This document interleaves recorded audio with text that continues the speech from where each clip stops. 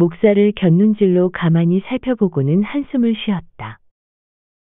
입을 열기도 전에 그녀의 붉은 볼은 송장처럼 창백해졌다. 펄.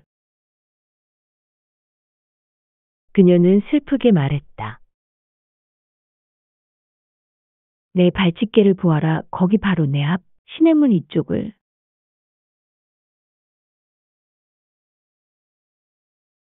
아이는 엄마가 가리키는 곳을 바라보았다. 그러자 거기에는 주홍 글씨가 시냇물가에 가루 놓여서 황금빛의 수놓은 가장자리가 물에 비치어 있었다. 그걸 이리 가지고 와. 헤스터가 말했다. 엄마가 와서 가져가. 펄이 대답했다. 저런 애는 처음 봤어요. 헤스터가 가만히 목사에게 말했다. 이 애에 대해서는 말씀드릴 게 많아요. 그러나 사실 저 지긋지긋한 표지에 대해서는 저 애의 생각이 옳아요. 전 앞으로 며칠 동안은 이곳을 떠나서 꿈에 그리던 나라를 볼 수 있을 때까지는 고통을 참아야 하겠어요. 숲도 저 표지를 감출 수는 없어요. 대양의 한복판으로 나아갔을 때에 내 손으로 집어던져서 영원히 바닷속에 가라앉게 하겠어요. 그렇게 말하면서 그녀는 시냇가에 가 주홍 글씨를 주워서 다시 자기 가슴에 달았다. 바로 한순간 전만 해도 헤스터는 희망이 넘치면서 이것을 깊은 바닷속으로 던져 넣는다고 말했으나 이렇게 운명의 손으로 이 치명적인 상징을 다시 잡게 되자 피할 길 없는 불행이 다시 그녀 위에 덮치는 것을 느꼈다. 조금 전에 그녀는 그것을 막막한 하늘에다 내팽개쳤었다. 그리하여 1시간가량 자유로이 숨을 쉬었었다. 그러나 옛자리에 주홍빛의 슬픔이 번쩍이고 있었다. 이러한 형태로 상징화되건 안 되건 간에 악행이라는 것은 언제나 애군의 성질을 띠는 것이다. 이윽고 헤스터는 무겁게 늘어져 있는 머리카락을 쓸어올려서 모자 속으로 쑤셔 넣었다. 슬픈 글씨 속에는 생명을 시들게 하는 힘이라도 있는 것일까? 그녀의 아름다움도 여성다운 따뜻함도 풍요함도 쓰러져가는 햇빛처럼 사라지고 회색의 그림자가 그녀 위에 내려앉은 것 같았다. 이렇게 애처로운 변모를 하고 나자 그녀는 펄을 보고 손을 내밀었다. 자, 이젠 엄마를 알아보겠지. 그녀는 원망스러운 듯이 그러나 목소리를 낮추어 말했다. 이젠 시냇물을 건너와서 내가 엄마를 차지하렴. 엄마는 수치의 표지를 다시 달았으니까.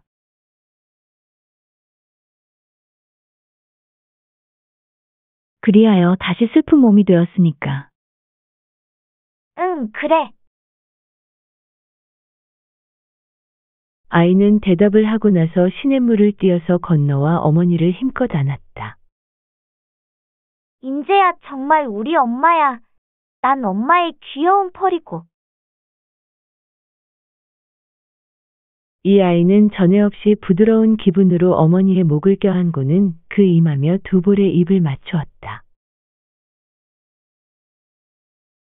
그러나 그때 이 아이가 언제나 위안을 준 다음에는 반드시 가슴 아프게 해준다는 이 아이의 필연적인 버릇을 확인이라도 하는 듯 펄은 입을 벌리어 그 주홍 글씨에도 입을 맞추었다. 그런 짓 해서는 못 써. 헤스터가 말했다. 넌 엄마를 좀 위해 준다고 생각하자마자 바로 다시 엄마를 조롱하는구나. 목사님은 왜 저기 앉아있지? 펄이 물었다. 너를 만나고 싶어 기다리고 계셔. 어머니가 대답했다. 어서 가서 축복을 받기로 하자. 목사님은 널 사랑하고 있는 거야. 그리고 엄마도 사랑해 주시는 거야. 넌 목사님이 안 좋아? 자, 가자꾸나. 저분은 너와 이야기를 하고 싶어 한단다. 저분이 우릴 사랑해 주셔? 펄은 날카롭고 영리한 표정을 하고 어머니를 올려다보면서 물었다. 셋이 함께 손을 잡고 거리로 돌아가 주실까? 지금은 안 돼. 헤스터가 말했다.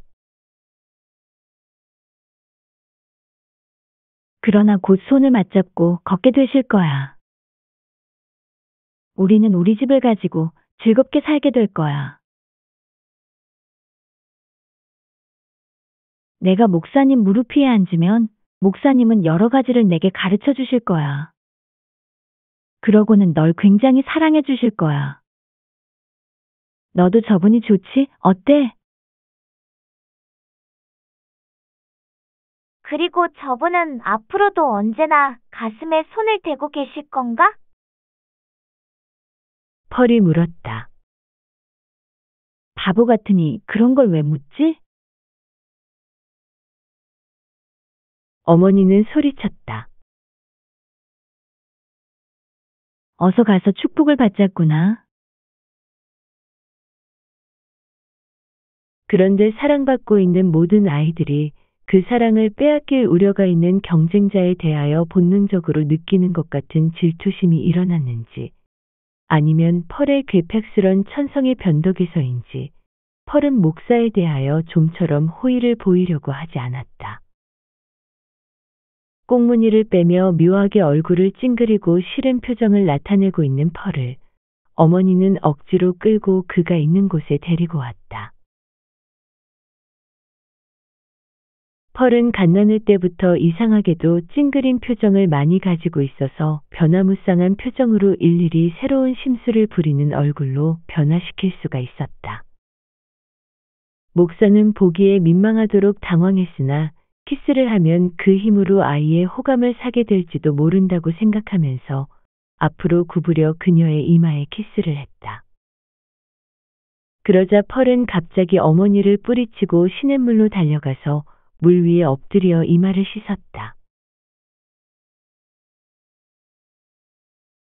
실은 키스 자국이 말끔히 씻어 흐르는 물길에 사라져 없어질 때까지 기다리고 있었다. 그리고 그녀는 조금 떨어진 곳에 서서 말없이 헤스터와 목사를 바라보고 있었다. 한편 이쪽 두 사람은 처지에 따라 고려하지 않으면 안 될 준비와 장차해야 할 목적 따위를 의논하고 있었다. 이렇게 하여 이 운명적인 상봉은 끝났다. 골짜기는 다시 그 어둠침침한 고목 사이에 쓸쓸히 남겨지지 않으면 안 되었다. 이 숲은 그 수많은 혓바닥을 가지고 여기서 일어난 이야기를 언제까지나 속삭이게 될 것이다. 그리고 어느 누구 한 사람, 이것을 알아들을 사람은 없을 것이다. 그리고 침울한 시냇물도 지금까지 이미 그 작은 가슴에 벅찰대로 벅차게 안고 끊임없이 중얼거리고 있는 그 신비로운 이야기에다 하나의 이야기를 더 보태게 될 것이다. 그러나 이제까지의 오랜 세월에서와 마찬가지로 조금도 명랑한 것을 더하지는 않은 채로 목사는 헤스터 프린과 귀여운 펄보다 앞서 떠날 때에 뒤를 돌아다 보았다. 방금 만난 모녀의 얼굴이며 모습도 숲의 어스름 속에서 희미하게 보이고 이윽고는 서서히 바라져 버릴 것이라고 생각했다. 그의 일생에 있어서의 이처럼 중대한 변전을 당장의 진실한 것으로 받아들일 수는 없었다. 그러나 그 나무둥치 옆에 헤스터는 회색의 옷을 입고 아직도 서 있었다.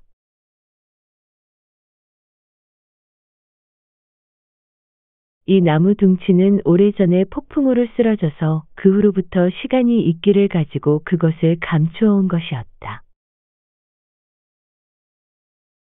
그래서 지상의 무거운 짐 가운데에서도 가장 무거운 것을 짊어지고 있는 운명의 포로 두 사람이 같이 앉아서 단 1시간의 휴식과 위안을 찾아내는 데에는 안성맞춤이었다. 펄도 시냇가에서 가벼운 걸음걸이로 춤추며 돌아와 있었다. 이제는 방해가 되는 침입자가 없어져 버렸기 때문이었다. 그리하여 언제나와 마찬가지로 어머니 옆에 서 있었다. 그래서 목사도 잠을 잤거나 꿈을 꾼 것이 아니라는 것을 확신했다. 그는 이상한 불안으로 가득 찬 모호한 인상의 흐릿함과 혼돈으로부터 자기의 마음을 자유롭게 하기 위해서 헤스터 자기 자신이 세운 출발 계획을 다시 회상해내고 더 확실하게 생각해 보았다. 군중과 도시로 가득 차 있는 구색에는 아메리칸 인디언의 오두막집이나 유럽인이 해안을 따라 이룩해 놓은 드문드문한 몇 개의 식민지 이외에 아무것도 없는 뉴잉글랜드며 아메리카 대륙의 황야보다는 몸을 피할 장소도 숨을 장소도 더 많을 것이라는 것이 두 사람의 의논에 의하여 결정된 것이었다. 목사의 건강은 이 삼림지대의 곤란한 생활을 도저히 감당하기 어렵다는 것은 말할 것도 없고 더욱이 그의 타고난 재능, 그 교양, 그 완전하게 진보된 지식은 오직 문명과 우아함 속에서만이 안식의 땅을 얻을 수 있었다. 문명과 우아함의 수준이 높으면 높을수록 그것은 더 한층 그에게 적합했다. 이 계획을 도와주기라도 하듯이 마침 한 척의 배가 항구에 정박하고 있었다. 그 무렵에 흔했던 꺼림칙한 순항선의 하나로서 배해를 방황하는 완전한 추방선은 아니었지만 그러면서도 바다를 매우 무책임하게 헤매어 다니고 있었다. 이 배는 최근에 중부 아메리카의 스페인령에서 온 것이었는데 사흘 안에 브리스트를 향하여 출항하게 되어 있었다. 헤스터프리는 자칭 자선 간호부를 직업으로 하고 있었기 때문에 그 배의 선장이며 선원들과 친히 알고 있었으므로 어른 둘과 아이 하나를 태우고 어떤 사정이 있기 때문에 철저하게 비밀을 지켜서 데려다 달라고 자신이 직접 교섭할 수가 있었다. 목사는 이 일에 적잖은 관심을 가지고 이 배가 출항하는 예정일의 확실한 시간을 헤스터에게 물었다. 아마 나흘 뒤가 될 것이라는 것이었다. 거참 다행이군. 하고 그때 그는 혼자서 생각했다. 그런데 왜 딤즈데일이 그것을 다행이라고 생각했는가는 여기서 밝히기는 다소 주저하지 않을 수 없다. 그러나 독자에게 하나도 감추지 않고 다 말한다면 그 이유는 사흘 뒤에 그는 선거 축하의 설교를 하게 되어 있었기 때문이었다. 그리하여 이런 경우는 뉴잉글랜드의 목사의 생애에서 본다면 참으로 명예로운 시기였으므로 그가 자기의 직책을 떠나는 방법으로서 또 시기로서도 이 이상 적당한 것은 다시 있을 수 없으리라 생각했다. 적어도 그들은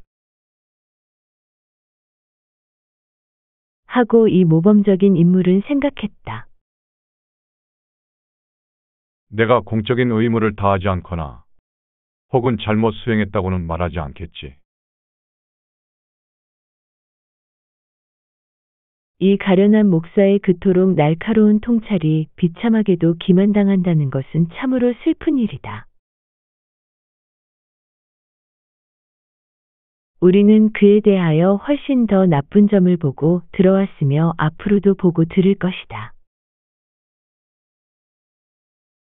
그러나 이번 경우처럼 그의 약점이 가련하게 드러나는 일은 없으리라. 오래전부터 이미 그의 성격의 본질 속에 파고들기 시작한 미묘한 병의 증거로서 이번처럼 미약하지만 동시에 뚜렷이 나타난 적은 없었다. 누구를 막론하고 상당히 오랜 시간 동안 이 사람처럼 한쪽 얼굴은 자기 마음으로 돌리고 또 한쪽은 군중에게 돌리고 있으면 결국 어느 쪽이 진정한 자신인지 혼동을 일으키지 않을 수는 없을 것이다.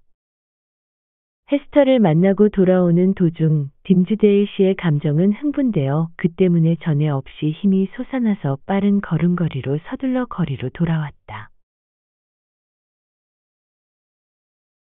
숲속의 오솔길은 거친 자연물이 방해를 하고 있어서 이상야릇하게 보였으며 인적도 극히 드물어서 그가 올 때에 생각했던 것보다는 한층 더 거칠어 보였다.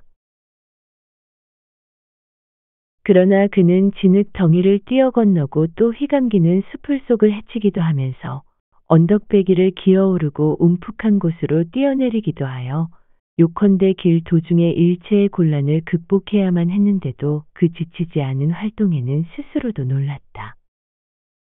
불과 이틀 전만 해도 같은 길을 고민에 쌓여 걸으면서 지칠 대로 지쳐 몇 번이나 걸음을 멈추고 숨을 몰아쉰 것을 생각해냈다.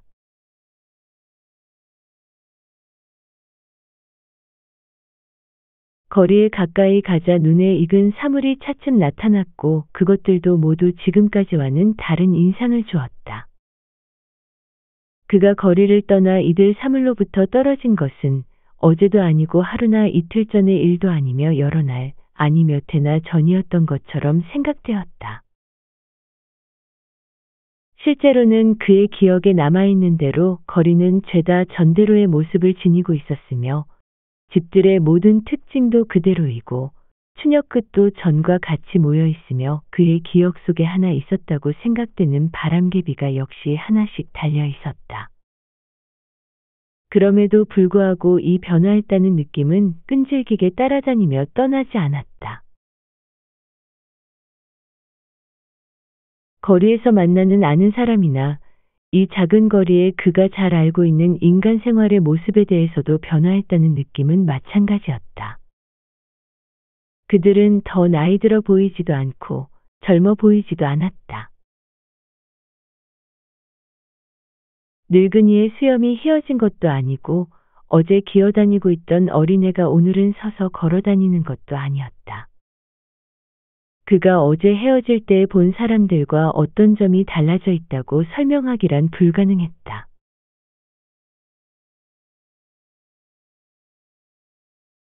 그러면서도 목사의 마음속의 느낌은 그들 사물이 변화한 것을 말해주고 있는 듯이 생각되었다.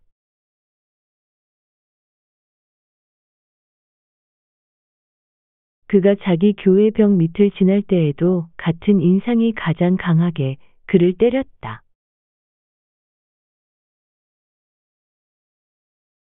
그 건물은 매우 기묘하고 낯선 것처럼도 보였고 또한 매우 낯익고 정다운 것으로도 보였다.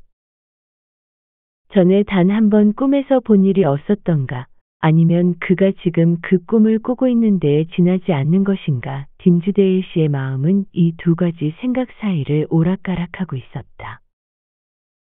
이 현상은 각가지 다른 형태를 가지고 나타났는데 그것은 그러한 사물의 변화가 있었다는 것을 나타내는 것이 아니고 눈에 익은 경치를 바라보고 목사의 마음에 급격하고 중요한 변화가 있었다는 것을 나타내는 것이다.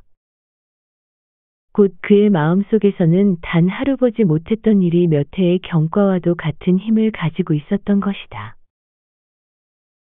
목사 자신의 의지와 헤스터의 의지, 그리고 그들 두 사람 사이에서 자라난 운명이 이 변화를 불러일으켰다. 이 거리는 옛날과 같은 거리였다. 그러나 숲에서 돌아온 목사는 이전의 목사가 아니었다.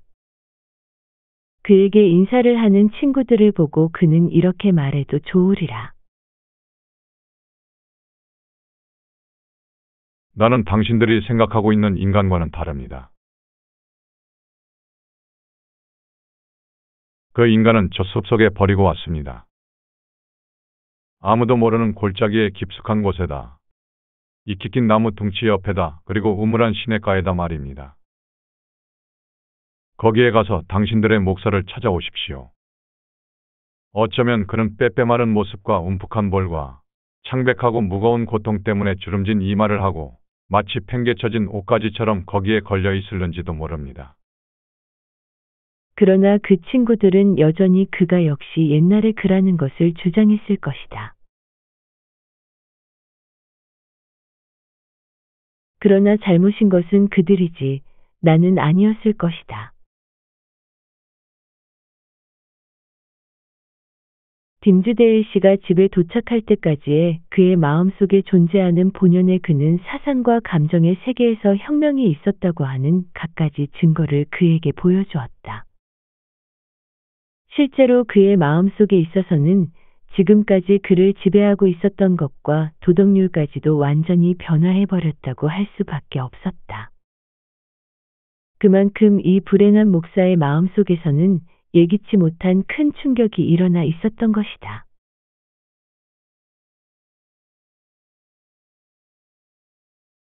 걸음을 한 발짝 내디딜 때마다 그는 무언가 별나고 광포한 나쁜 짓을 저질러 보고 싶은 충동을 억제할 수 없었다. 그리고 그것은 무의지적임과 동시에 유의지적이기도 하여 저도 모르게 저지르기도 하고 또한 그러한 충동에 반대하고 있는 자아보다도 더 깊은 자아로부터 저질러진다는 느낌을 가지고 있었다. 그는 자기 교회의 집사 한 사람을 만났다. 이 선량한 노인은 아버지와 같은 애정을 가지고 또 그 나이와 굳고 신중한 성격, 교회에 있어서의 위치 등에 의하여 당연히 허용되어 있는 노인의 특권을 가지고 그에게 말을 붙였다. 그는 더욱이 이 목사가 직무상으로나 개인적으로 동시에 요구하고 있는 존경을 깊이 거의 예배라도 할 듯이 나타내고 있었다.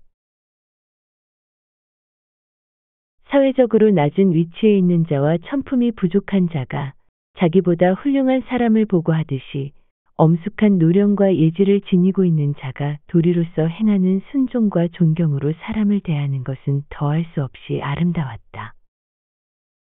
그런데 목사 딤즈데일 씨는 이 훌륭한 흰 수염의 집사와 한참 이야기를 하고 있는 동안에 성찬식에 대하여 속에서 솟아오르는 불경스러운 언사를 토하고 싶은 충동을 꽉 눌러서 가까스로 참을 수가 있었다.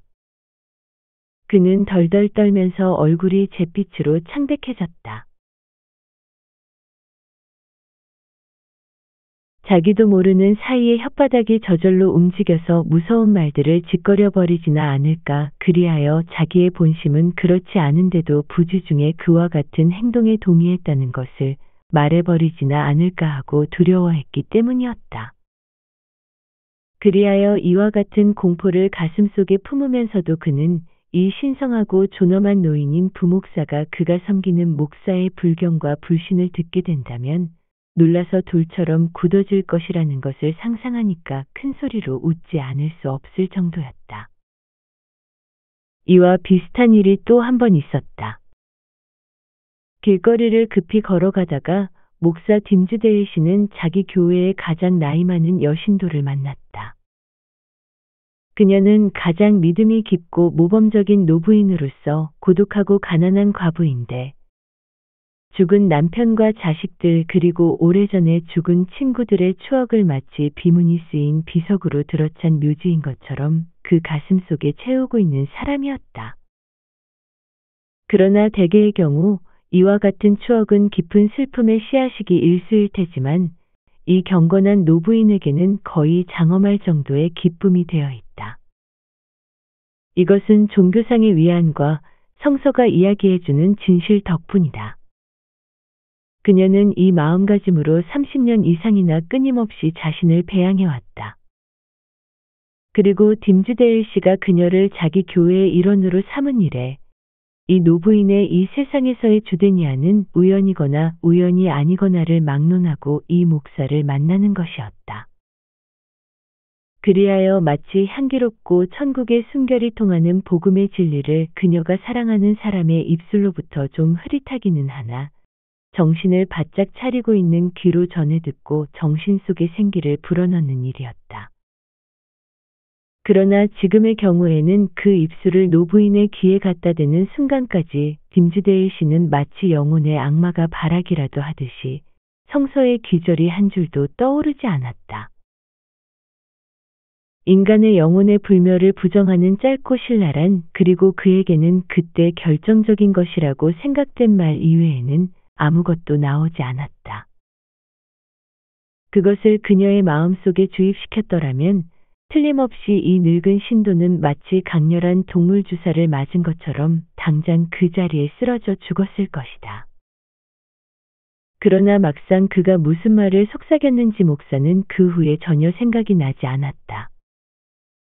다행히 그가 말한 내용은 혼란되어 있어서 이 과부가 이해할 수 있는 확실한 의미를 전달할 수 없었음에 틀림이 없었으리라. 아니면 또 신의 섭리에 의하여 적당한 해설이 내려져서 노파에게 전달되었는지도 모른다.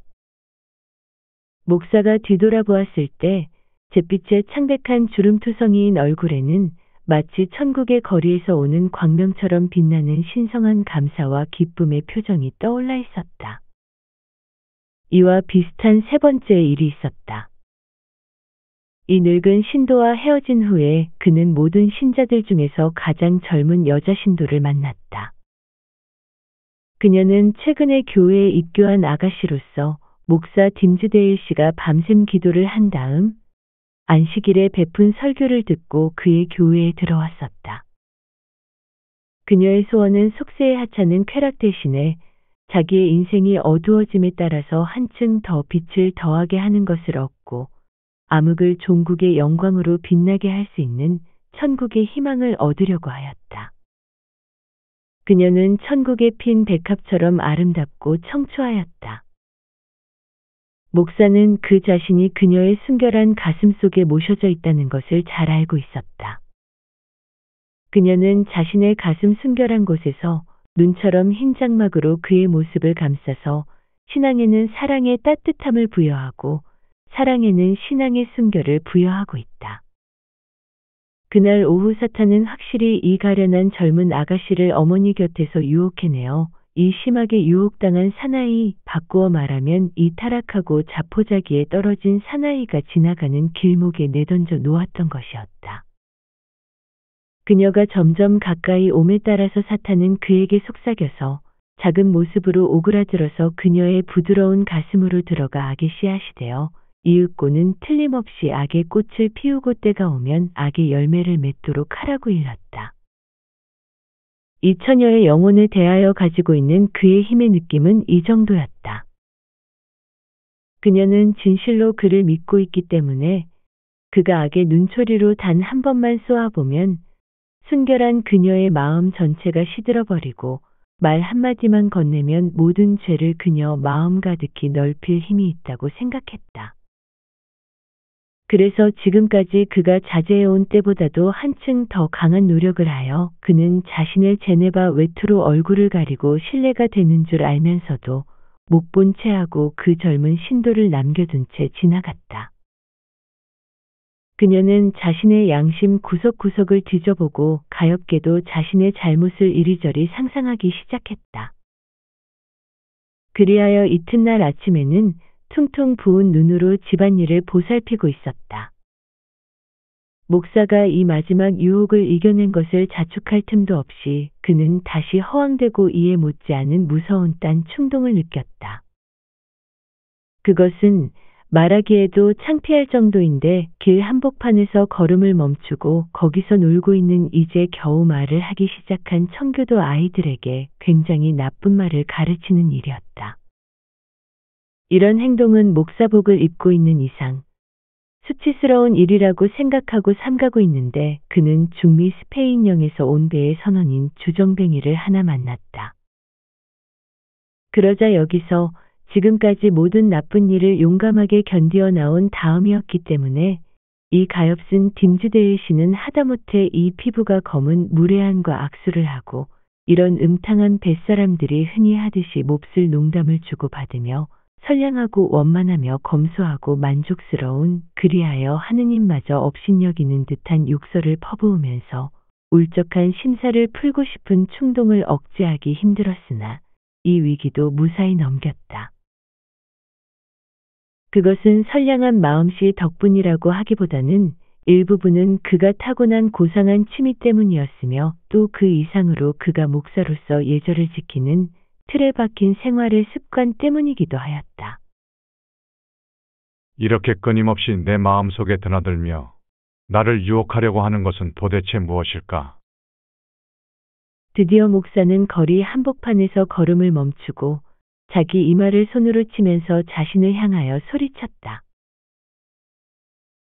나는 미치광이인가? 아니면 나는 완전히 악마의 손에 넘겨진 것인가? 숲속에서 나는 악마와 계약을 하고 자신의 피로 서명을 한 것일까? 그래서 악마는 지금 극악무도한 상상으로 생각할 수 있는 모든 악을 실행하도록 나에게 암시하고 그 약속을 성취시키기 위하여 나를 충동시키고 있는 것일까? 목사 딤즈데일 씨가 이렇게 손으로 이마를 치며 생각에 잠겨 있을 때 마침 늙은 히빈즈가 그 곁을 지나갔다고 전해지고 있다. 그 여자의 옷차림은 으리으리했다. 높은 두건을 쓰고 사치스러운 빌로우드 가운을 걸쳤으며 전날 그녀의 각별한 친구 앤터너가 토마스 오버벨이 경 살해 사건으로 교수형을 받기 전에 그녀에게 그 비결을 가르쳐 주었다고 하는 유명한 노란색 풀을 먹인 옷깃을 달고 있었다. 이 마녀는 목사의 생각을 알아차렸는지 어떤지는 모르지만 걸음을 딱 멈추고 서서 그의 얼굴을 날카롭게 들여다보며 교활하게 미소를 띠고 이야기를 시작했다. 목사님, 숲에 다녀오시는 길이군요. 마녀는 온도가 높은 두건을 그를 향해 까딱거리면서 말했다. 다음에 가실 때에는 미리 좀 알려주세요. 기꺼이 길동무가 되어드리겠어요. 제 자랑은 아니지만 제가 부탁하기만 하면 아무리 낯선 신사라도 당신도 아시는 그곳의 임금님, 마왕은 극진하게 환대를 해주니까요. 부인, 목사는 여자의 사회적 지위에 걸맞는 그리고 그 자신의 가정교육이 명하는 바 엄숙한 예의로서 대답했다. 말씀은 고맙지만 제 양심과 성격에 걸고서라도 당신이 말하는 뜻을 전혀 이해할 수가 없군요. 나는 숲속으로 임금님을 만나러 간 것도 아니고 앞으로도 찾아가서 그런 사람으로부터 신세를 질 생각은 없습니다. 나의 오직 한 가지의 목적은 독실한 신자인 친구 엘리어트 전도사를 만나 그가 미계지에서 얻은 수많은 존귀한 영혼을 같이 기뻐하려고 생각한 것뿐이요. 그러자 늙은 마녀는 여전히 그 운도 높은 두건을 목사 쪽으로 까딱거리면서 자지러지게 웃었다. 그래요, 그렇군요. 대낮에는 그렇게 말할 수밖에 없겠군요. 참으로 능란한 솜씨인데요. 그렇지만 밤중이 되면 숲속에서 같이 딴 이야기를 하십시다. 그녀는 노부인다운 위엄을 보이며 지나갔지만 몇 번이나 뒤돌아보며 그에게 미소를 보냈다. 그것은 마치 두 사람 사이에 비밀의 유대가 맺어진 것을 기꺼이 인정하려고 하는 것 같은 태도였다. 그렇다면 나는 나 자신을 판 것일까? 목사는 혼자 생각했다. 저 사람의 말이 사실이라면 나는 이 노란 풀을 먹이고 빌로우드 가운을 걸친 마녀가 임금으로서 주인으로서 선택한 마왕에게 자신을 팔아버린 것일까? 가엾은 목사.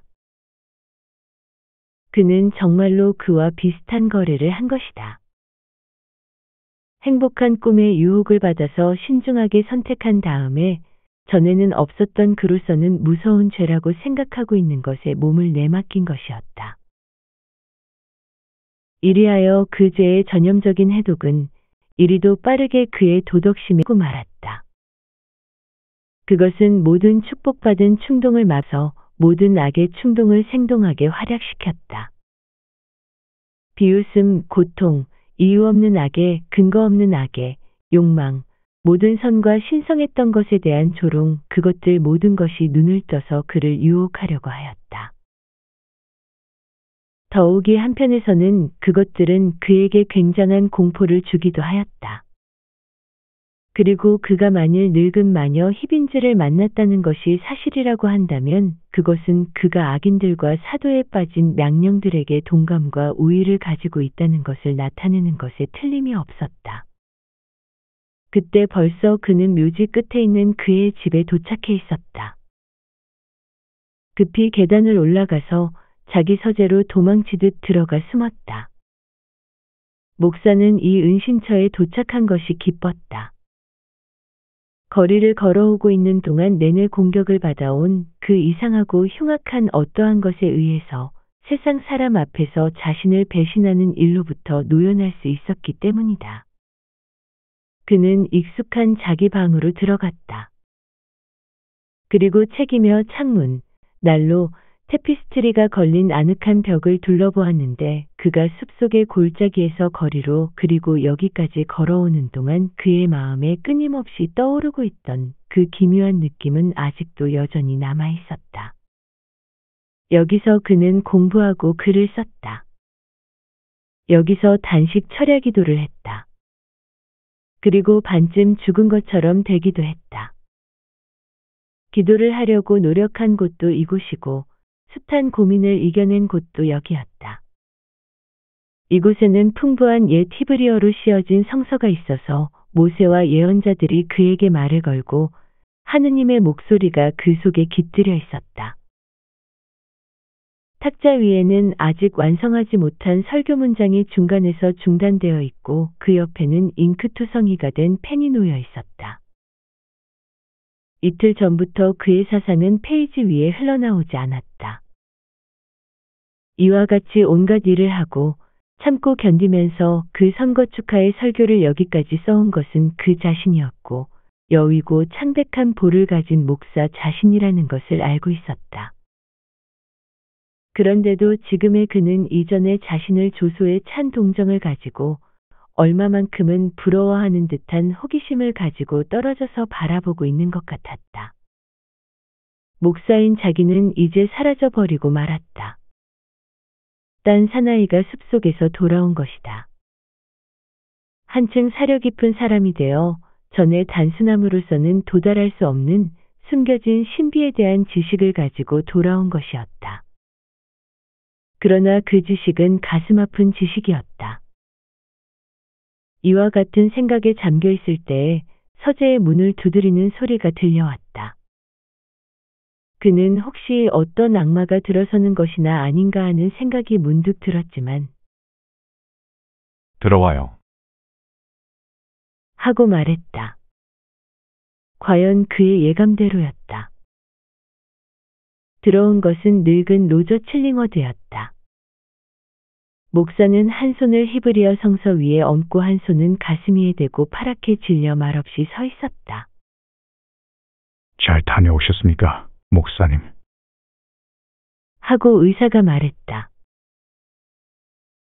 엘리어트의 전도사는 어떻습니까? 그런데 목사님, 안색이 썩 안 좋군요. 황야를 다녀온 것이 너무 고되었던가 보죠. 선거 축하 설교를 하기 위해서는 심신의 원기를 회복해야 할 텐데 제가 좀 보살펴 드릴까요? 천만에 그런 필요 없습니다. 목사는 대답했다. 나의 여행과 그곳에서 신성한 전도사를 만나 뵙게 된 것, 그리고 자유의 공기를 마신 것들이 매우 좋았던 것 같습니다. 상당히 오랫동안 서재에 틀어박혀 있은 다음이었으니까요. 약은 선생께서 손수 친절하게 지어주시는 것이므로 효험은 있겠지만 제게는 이제 필요 없을 것으로 생각됩니다. 이러는 동안에 로저 칠링워드는 목사를 의사가 환자를 대할 때의 그 엄격한 눈초리로 바라보고 있었다. 그러나 이런 외면상의 몸가짐에도 불구하고 목사는 이 노인이 자기가 헤스터 프린과 만난 것을 알고 있든가 아니면 적어도 만났을지도 모른다고 의심하고 있을 것이라고 생각했다. 의사 쪽에서도 이 목사가 마음속으로는 의사가 이미 신뢰할 수 있는 친구가 아니고 가장 쓰디쓴 적이라고 생각하고 있다는 것을 확신하고 있었다. 그 정도로까지 알고 있는 이상 그 일부분이 표면에 나타나는 것은 당연한 일이다. 그러나 이상하게도 말이 어떤 사물을 표현하게 되기까지는 이따금 오랜 시간이 걸리는 법이며 이 두 사람은 어떤 화제를 회피할 것을 바라고 있어서 그 근처를 맴돌면서도 끝내 그것에는 언급하지 않고 매우 안전하게 물러섰다. 그러므로 목사는 로저 칠링워드가 명백한 말로 두 사람 사이에 가로놓여 있는 진정한 처지에 대하여 언급하려 하는 걱정은 하지 않았다. 더욱이 의사는 그 엉큼한 수법으로 아슬아슬하도록 그 비밀에 가까이까지 파고들어와 말하곤 하였다. 그럴 것이 아니라 그는 말했다. 오늘 밤은 변변치 않으나 제 의술을 써보는 것이 좋을 듯 한데 말이오. 사실 이번에 선거 축하 설교를 위해서는 어떠한 수법을 써서라도 당신을 건강하게 만들어 놓아야 하니까요. 사람들은 모두 당신에게 위대한 무엇을 기대하고 있답니다. 왜냐하면 내년이 되면 자기들의 목사님은 이미 이곳에 계시지 않게 되리라는 근심에 쌓여 있으니까 말입니다. 저승에 가 있을지도 모르죠. 목사는 체념조의 경건한 말씨로 대답했다. 그건 그렇고 아무튼 천국에 가고 싶어지는군요. 실제로 순식간에 흘러가 버리겠지만 저는 앞으로 1년 더 교회의 신자들과 같이 지낼 수 있을 것 같지 않군요. 그러나 당신 약은 현재 내 건강 상태로서는 필요가 없을 것 같군요. 정말 반가운 말이군요. 의사는 대답했다. 어쩌면 제 약이 당신에게 오랫동안 아무런 효험이 없었는데 아재야 겨우 당연히 나타날 효험이 나타나기 시작했는지도 모를 일이죠. 만일 이 정도로 하여 당신 병을 고칠 수 있었다고 하면 나는 참 행복한 사람입니다. 그리고 온 뉴잉글랜드인의 감사를 받을 만한 가치가 있게 되는 것이죠. 언제나 알뜰히 보살펴준 당신에게 마음속으로부터 감사를 드립니다. 목사 dimsdale 씨는 엄숙한 미소를 지으며 말했다. 저는 감사합니다. 그리고 그 은혜에 대해서는 오직 기도로서만 보답해 드릴 수 있을 뿐입니다. 훌륭한 분의 기도는 황금의 보수입니다. 늙은 로저 칠링워드는 작별을 고하면서 대답했다. 아니 실제로 그것은 새로운 예루살렘의 금화입니다. 하느님 자신의 좁에서 증인이 지켜 있습니다. 혼자 남은 목사는 가정부를 불러서 먹을 것을 가져오도록 했다.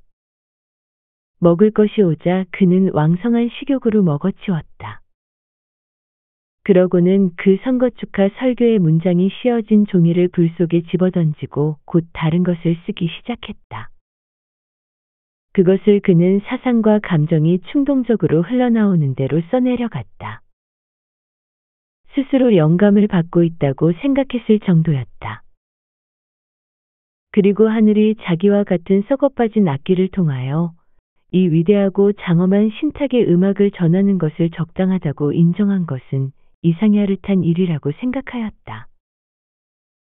그러나 그 신비는 저절로 풀리도록 맡기든가 아니면 영원히 풀리지 않은 채로 두어두고 그는 진지하게 서둘러 열심히 그 일을 계속 진행시켜갔다. 이렇게 하여 밤은 마치 날개 날린 준마처럼 날아갔다. 그는 그것을 타고 있었던 셈이다.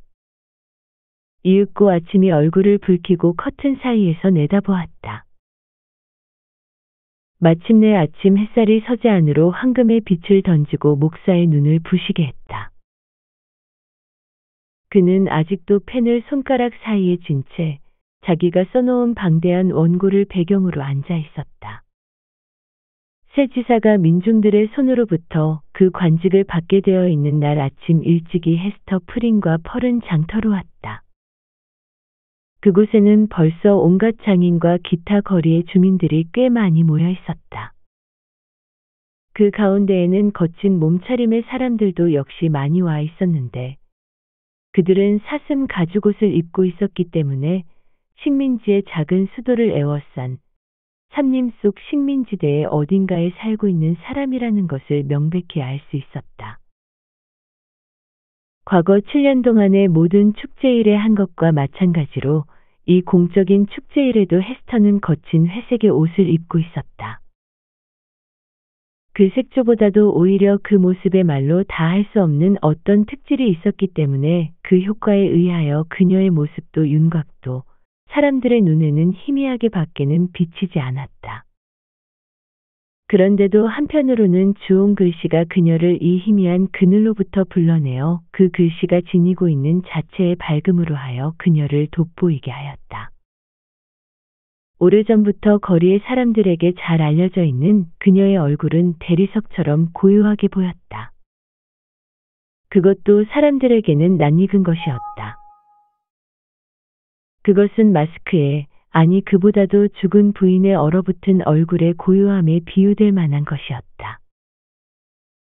이 애처로운 유사점은 헤스터가 누구의 동정도 받지 못한다는 점에서 생각해보면 실제로 죽은 거나 마찬가지였으며 또 그녀는 모든 사람과 섞여서 이 세계에 살고 있는 것 같기도 하지만 사실은 거기로부터 떠나서 혼자 떨어져 있다는 사실에서 기인하는 것이었다.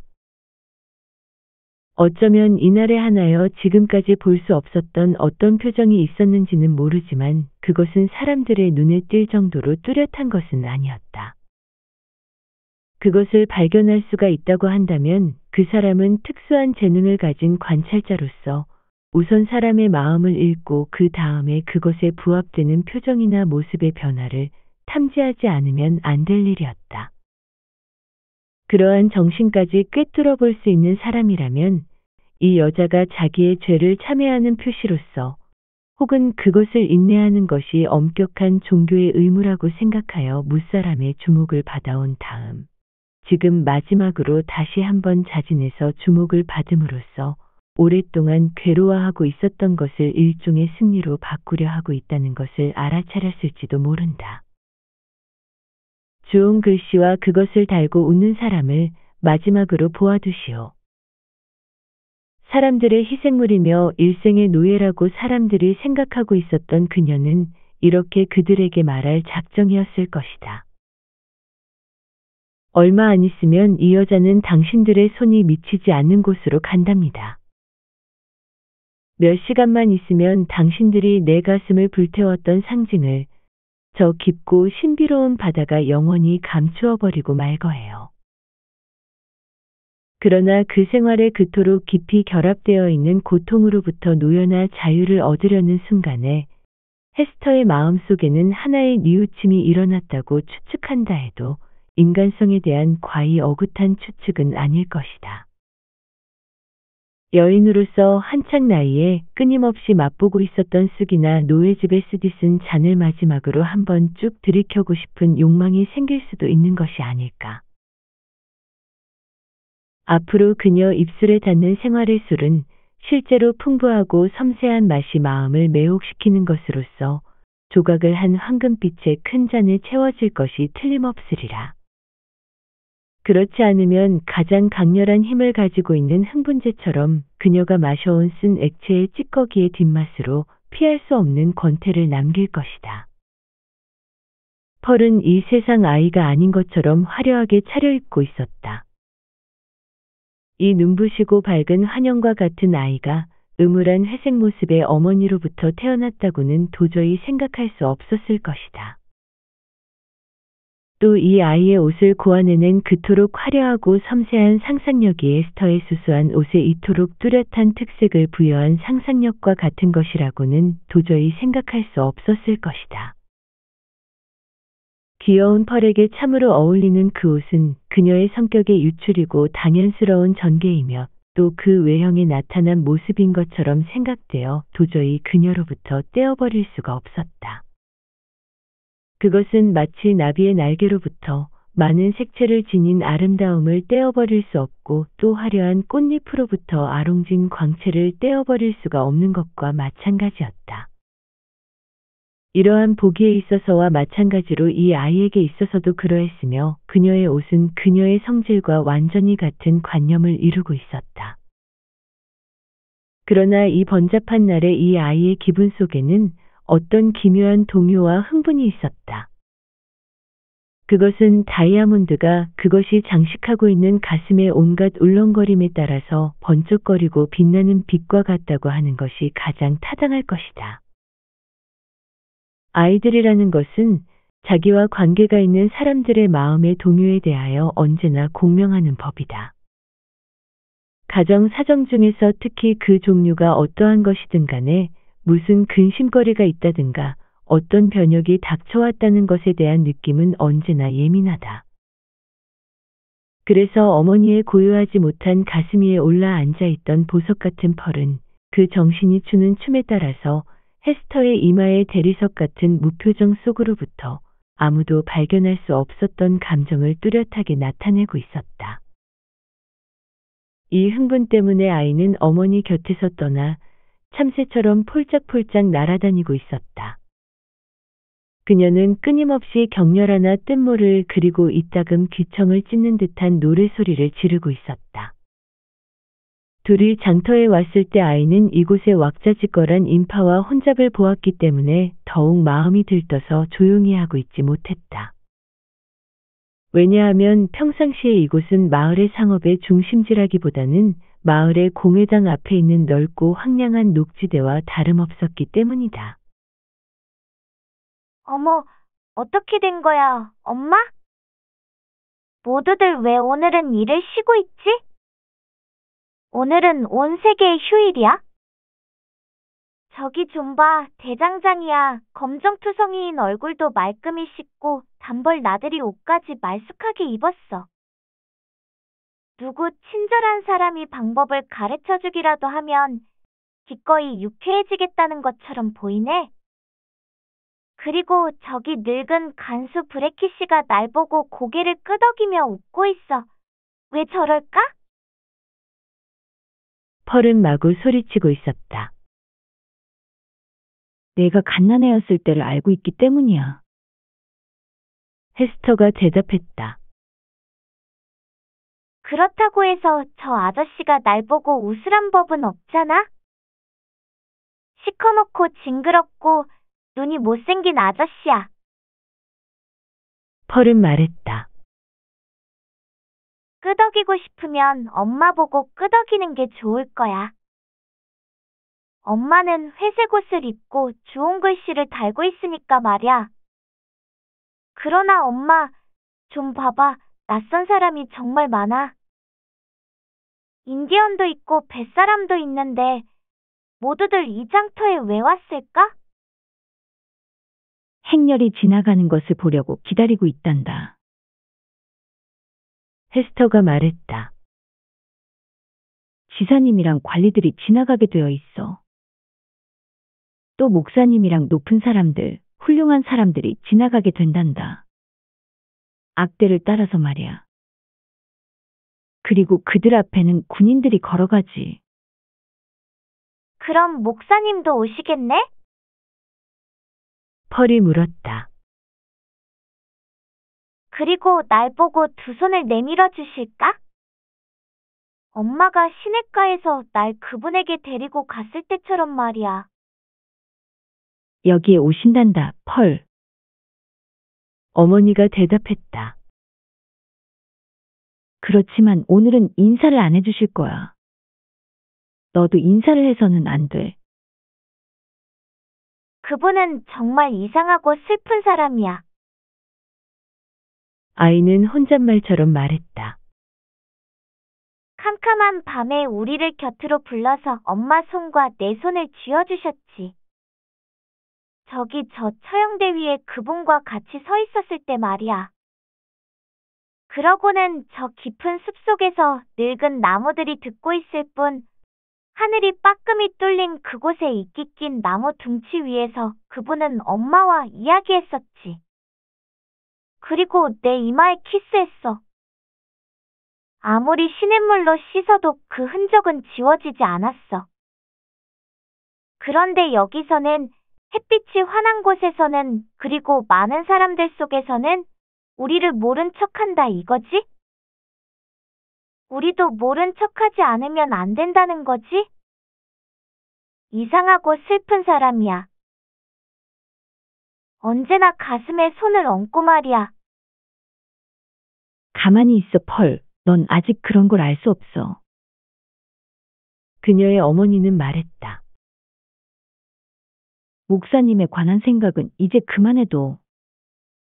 내 주위를 둘러봐. 오늘은 모두들 정말로 즐거운 것 같지 않니? 아이들은 학교에서 몰려오고 어른들도 일터에서 모두 몰려와서 흥겨워지려고 하고 있어.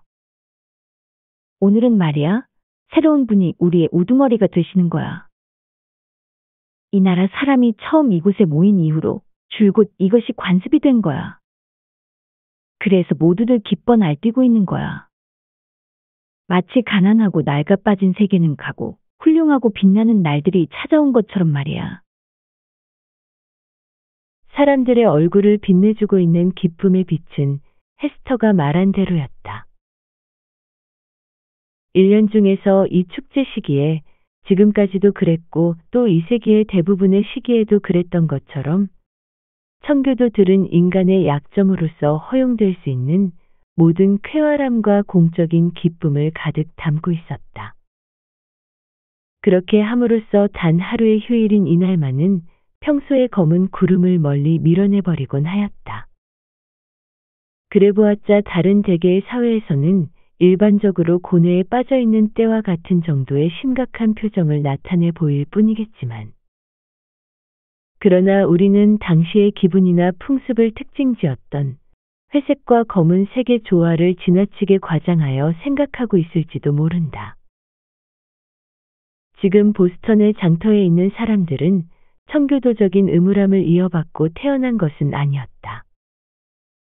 그들은 영국 태생의 사람들로서 그 조상은 엘리자베드 왕조의 밝고 풍부한 생활을 하고 있었다. 이 시대야말로 영국의 생활은 이를 하나의 큰 덩어리로서 본다면 지금까지 세계에서 유례를 볼 수 없었을 정도로 당당하고 화려하며 유쾌한 것이라고 생각되는 시기였다.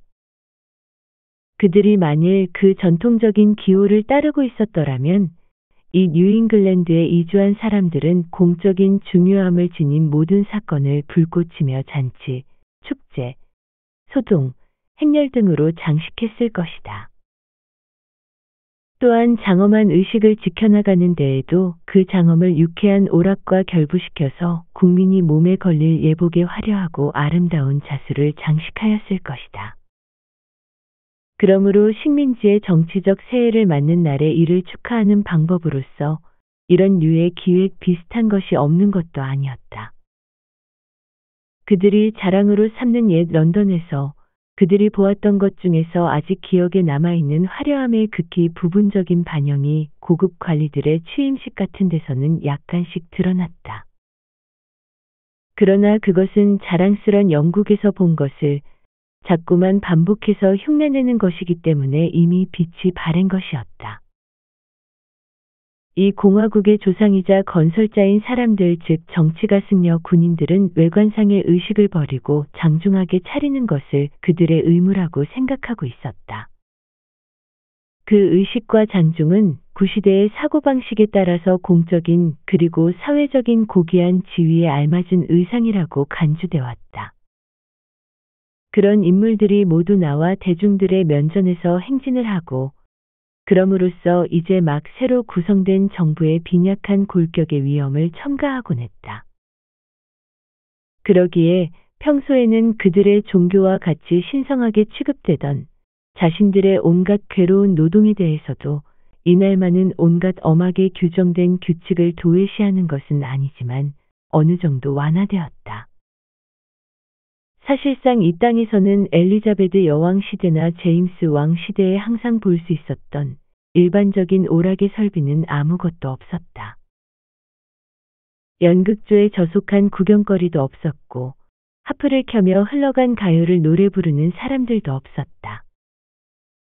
악기에 맞추어 원숭이를 춤추게 하는 떠돌이 광대도 없었고 마술을 흉내내는 유술장이도 없었다.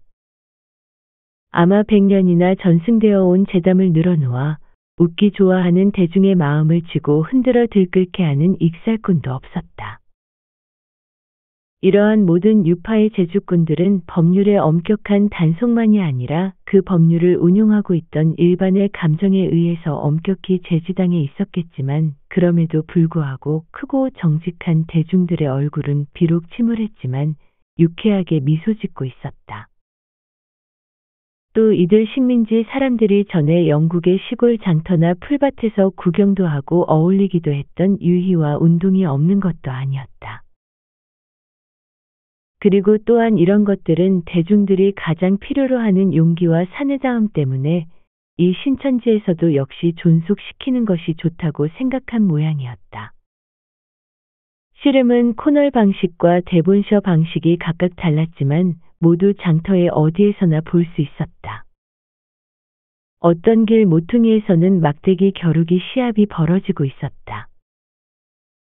그리고 가장 많은 사람의 흥미를 끈 것은 이 이야기 가운데에는 이미 자주 등장한 처형대 위에서 두 사람의 검술사가 방패와 칼을 들고 보여주는 시범 시합이었다.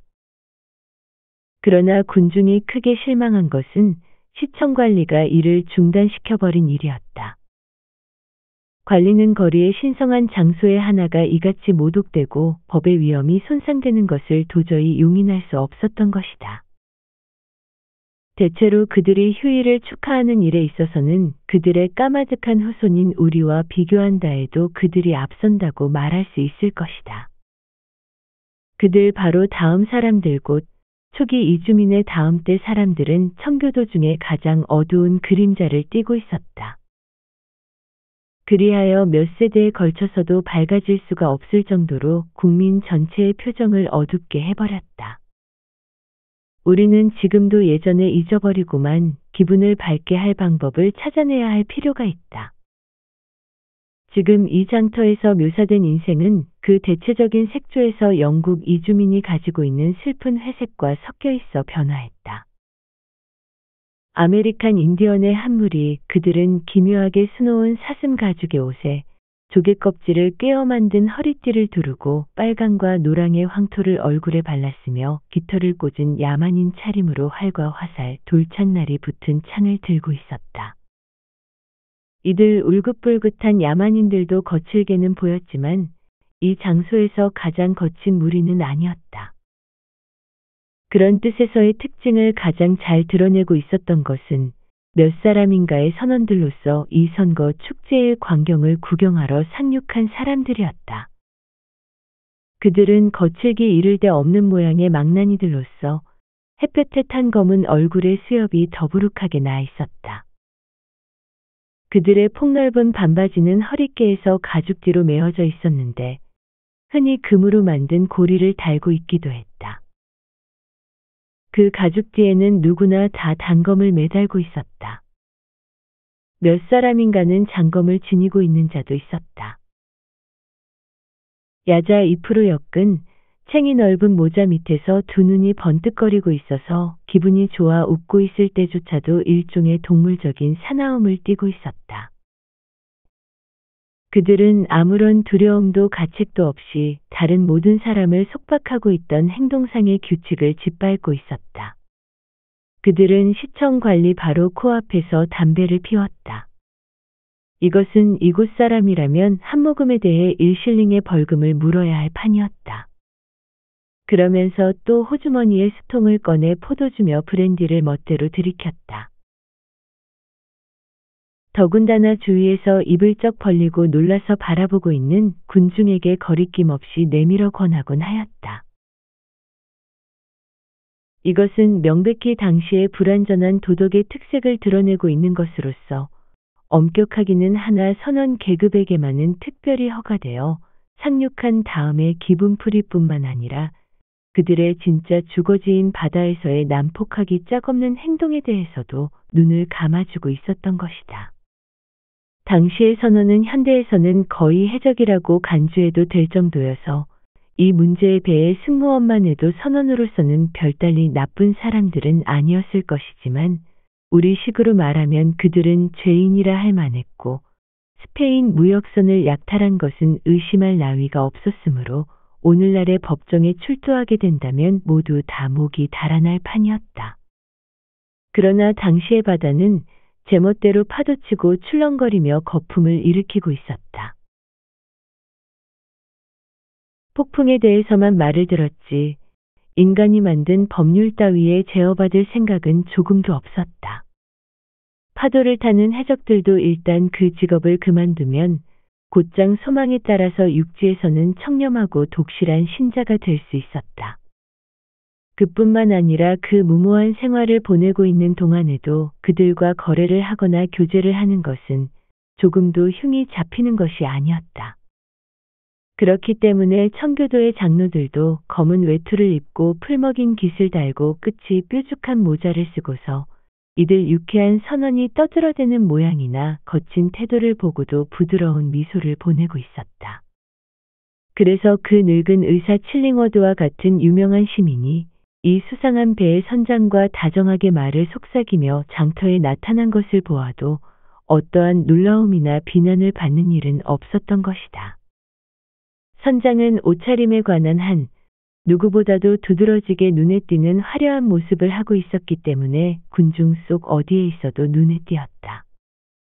그는 의복 위에 숱하게 끈을 달고 모자에는 금실 레이스가 붙어 있는 데다가 다시 금사슬을 둘러치고 그 꼭대기에는 깃털을 장식하고 있었다. 허리에는 칼을 차고 이마에는 칼자국이 나 있었다. 그는 그 상처를 머리카락을 내려뜨려 감추기보다는 오히려 사람 눈에 띄도록 하고 있는 것 같았다. 육지의 사람이었다면 이런 옷을 입고 이런 얼굴을 내보일 마음은 도저히 우러나지 않을 것이다.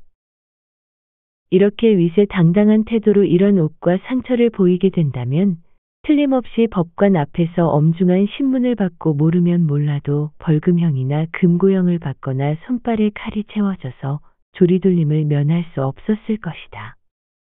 그러나 선장쯤 되면 이런 일체의 것도 마치 물고기의 비늘이 번쩍이듯이 선장의 성격에 부속되는 것이라고 그 시대에는 간주하고 있었다. 의사와 헤어지고 나서 브리스틀에서 온 선장은 어슬렁어슬렁 장터를 걸어다녔다. 그동안에 뜻하지 않게 헤스터 프린이 서 있는 곳까지 왔다. 그는 헤스터가 있는 것을 알아차린 듯 거리낌 없이 그녀에게 말을 건넸다.